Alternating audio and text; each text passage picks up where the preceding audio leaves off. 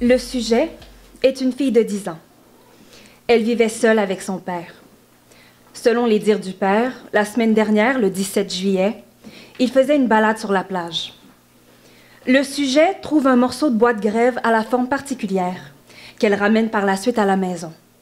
Son père veut blanchir puis sécher au four la trouvaille.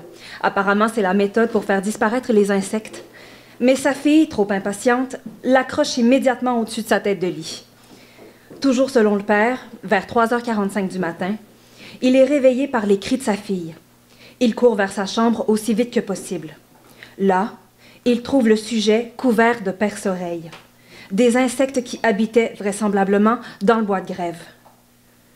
Pour la rassurer, le père décroche le bois, l'amène dans la cour arrière, puis le brûle avec de l'essence. Après 1 heure et une inspection de chaque centimètre de la chambre pour être certaine de ne plus trouver de perce-oreilles, le sujet accepte de retourner au lit, mais refuse de dormir, car elle peut toujours les entendre. Le père, lui, n'entend rien. Mais sa fille jure qu'elle décèle le grattement des insectes dans les murs de sa chambre. 3 nuits blanches plus tard, le père abandonne et contacte un exterminateur pour vérifier l'intérieur des murs.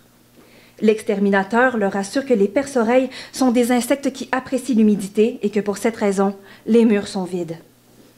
Le soir même, le sujet répète pourtant à son père qu'ils sont dans les murs, dans le plafond, partout dans la maison, et qu'ils sont vraiment, vraiment bruyants. 1 semaine après leur balade sur la plage, le sujet n'a toujours pas dormi et ne parle plus du tout. Du moins, c'est ce que le père prétend. Ce n'est que dans la nuit du 24 au 25 juillet que, pour la première fois, il la trouve endormie dans son lit. Le lendemain matin, toutefois, le sujet ne se réveille pas et le père appelle l'ambulance. Julia soupire profondément. Même après 10 ans de pratique, étudier le corps d'un enfant est toujours aussi difficile pour le moral. Elle reprend. La patiente est arrivée à la morgue ce matin aux alentours de midi. Aucun signe visible de traumatisme. Hypothèse de départ, elle est probablement morte des suites de sa privation de sommeil. Mais cette histoire me rend perplexe. On ne meurt pas d'une dette de sommeil sans une autre maladie. Je vais l'ouvrir. Heure actuelle, 21h24, 27 juillet 1998.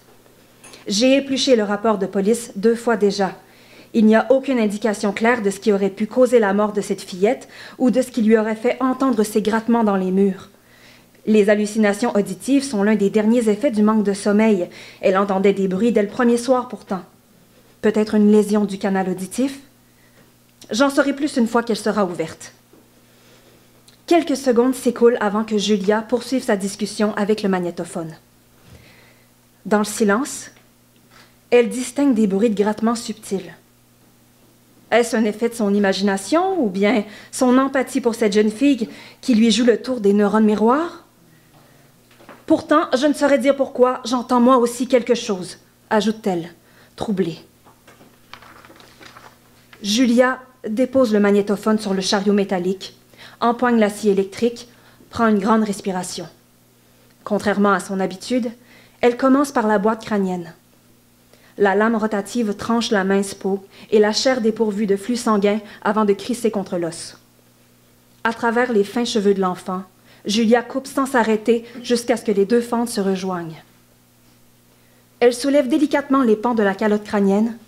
Elle sent aussitôt que quelque chose n'est pas normal.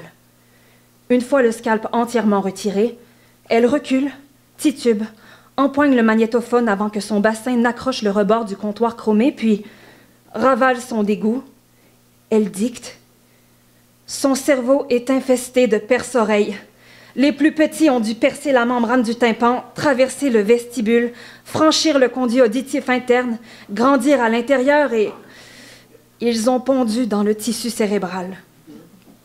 Masse coulante de perce-oreilles, larves, cerveau grugé, englué dans le liquide céphalo-rachidien. Elle n'a plus besoin d'ouvrir le reste du corps pour trouver une réponse. Le week-end suivant, Julia entame sa semaine de congé. Elle passera ses vacances d'été, comme tout bon Montréalais, sur son balcon. Étendue sur sa chaise longue, sous un soleil de plomb, impossible pour elle de se détendre. Elle est dégoûtée. Même la canicule et le climatiseur en panne ne lui donnent pas envie de finir sa coupe de rosée. L'autopsie du 27 juillet la hante encore. Aussitôt qu'elle ferme les yeux, elle revoit le cadavre de la jeune fille, les perce-oreilles grouillants, le visage tordu de douleur du père en apprenant ce qui a tué son enfant. Les grattements, Julia les entend toujours. La nuit dernière, ce n'est ni la chaleur collante, ni les draps imbibés de sueur qui l'ont tenue éveillée, mais ce bruit incessant. Du revers de la main, elle chasse ce qu'elle croit être une mouche collée dans la moiteur de sa joue, mais il ne lui faut qu'une seconde pour réaliser ce qu'elle vient de balayer par terre. Un perce-oreille. Non, il n'y a pas de perce-oreille dans Outremont, se dit-elle à voix haute. Julia se précipite devant le miroir de la salle de bain, penche la tête et la secoue en tapant violemment avec sa main. Elle baisse les yeux. Un petit insecte rampant se tient au fond du lavabo. Le couteau électrique qu'elle a utilisé la veille pour trancher sa viande est toujours sur le comptoir de la cuisine. Il ne lui reste qu'une chose à faire.